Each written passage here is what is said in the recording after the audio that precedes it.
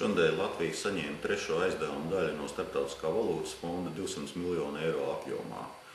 Un tāpat šodien no Latvijas puses tika parakstīts papildus saprašanās memorands ar Eiropas kopienu, kurš tika nosūtīts Eiropas komisijai.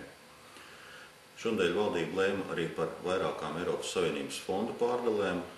Pirmkārt, papildus 22,8 miljonu latu tika piešķirt uzņēmējdarbības atbalstam augstas pievienotās vērtības programmai, un papildus tika veikts pārdals arī bezdarba problēmu risināšanai. Konkrēti 14,7 miljonu latu tika pārdalīti pagaidu darbiem ar stipendijām, jeb tā saucamajai 100 latu programmai.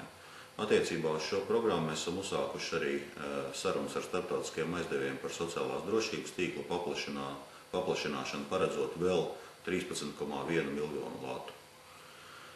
Nākošnedēļ ir paredzēta Nacionālās drošības padomes sēde, kurā viens no izskatāmajiem jautājumiem būs datu noplūde no vidu EDS.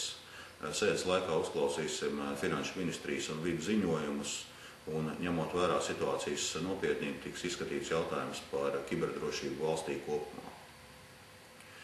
Nākošu otrdien plānoju doties uz Olimpiskajām spēlēm Vankuverā, kur sekošu līdz Latvijas sportistu startiem šortrekā, kalnu slēpošanā, biatlonā, cerams arī bobslejā.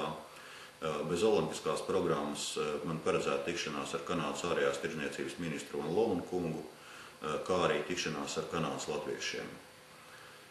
No savas puses vēlreiz vēlējos sveikt Latvijas olimpiskos sudraba medaļniekus brāļus Šitus un Mārtiņu Dukuru. Jau tagad var pateikt, ka olimpiskās spēles Latvijai norit veiksmīgi, jo iepriekšējās ziemas olimpiskajās spēlēs Latvija nekad nav varējusi lepoties ar medaļu birumu, un vēlreiz var apliecināt, ka no valdības puses olimpiskajiem medaļniekiem tiks nodrošināts paredzētās naudas prēmijas.